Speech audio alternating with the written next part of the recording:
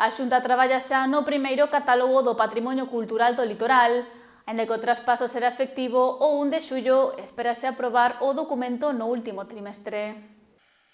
Continúa o proceso para axilizar os trámites no traspaso da xestión do litoral á Xunta, aínda que se fará efectivo o 1 de xullo, dende o Goberno galego elaboran xa o catálogo do Patrimonio Cultural do Litoral de Galicia. Unha das primeiras medidas que impulsará o abeiro da Lei de Ordenación e Xestión do Litoral tras formalizarse o traspaso a Galicia dos servizos, medios e funcións necesarios para que a comunidade poida asumir a xestión plena e efectiva da súa costa. Agora o Goberno Central transferirá previamente e de forma progresiva medios e recursos. O traspaso implica que o Estado ceda a Galicia 36 postos de traballo, 11 vehículos e 1,2 millóns de euros para avanzar na plena autoxestión do litoral. A isto haberá que sumar documentación e expedientes desta área que non se poderán cuantificar ata que se faga efectiva a posesión da competencia.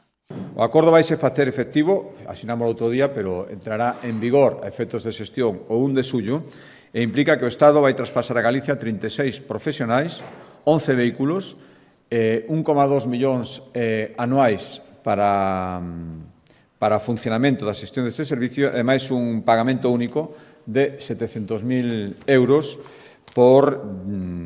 a cambio de que estes funcionarios estarán en instalación da Xunta de Galicia e non nas partes que nos podían corresponder de edificios ministeriais. Despois haberá moita documentación, que non se pode ahora mesmo, documentación e expedientes, o seu volumen ahora mesmo non o podemos cuantificar, porque para iso será necesario tomar posesión efectiva e plena da competencia. O deporte galego centrou tamén o Consello da Xunta desta mañá. O proxecto Deporte Galego Galicia Export 360 ven de ser declarado de interese autonómico. A declaración permitirá axilizar os trámites para o Real Club Celta de Vigo e a execución das actuacións que sexan necesarias. O proxecto busca converter Galicia nun referente internacional de formación, investigación e industria do deporte e que se trata dun audio que está a vivir un dos seus mellores momentos e que é un dos embaixadores da marca Galicia. Rueda salienta que o proxecto que o Real Club Celta de Vigo está desenvolvendo en Mos trascende o ámbito municipal pola súa repercusión económica, social e cultural. O que se vai facer é axilizar os trámites e as actuacións que sexan necesarias. Esta Factoría de Deporte Galego vai contar con 3 espazos diferenciados.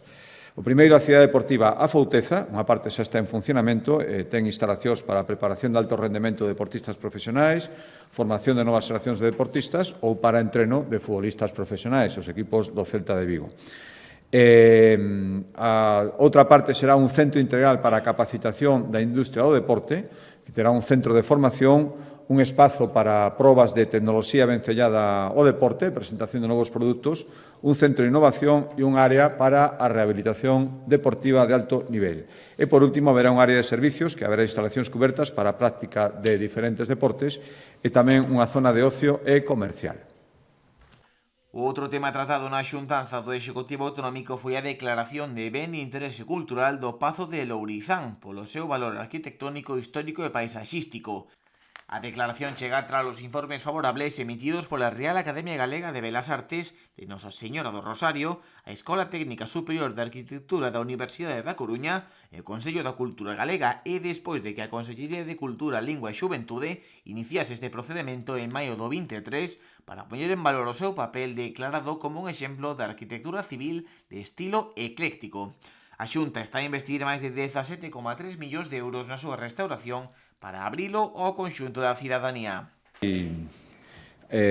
Abrangue tanto o edificio principal, que está construído a comezos do século XX, baixo a dirección o deseño de Genaro de la Fuente, e tamén as instalacións auxiliares que ten este edificio, fontes, muiño, invernadoiro, estanque, e tamén os sardíns, con un valor notable que forman parte tamén do conxunto, forman parte da finca. Cales foron os criterios que se seguiron para esta declaración BIC? Pois o que decía, a singularidade, o gran valor que ten o conxunto do punto de vista arquitectónico.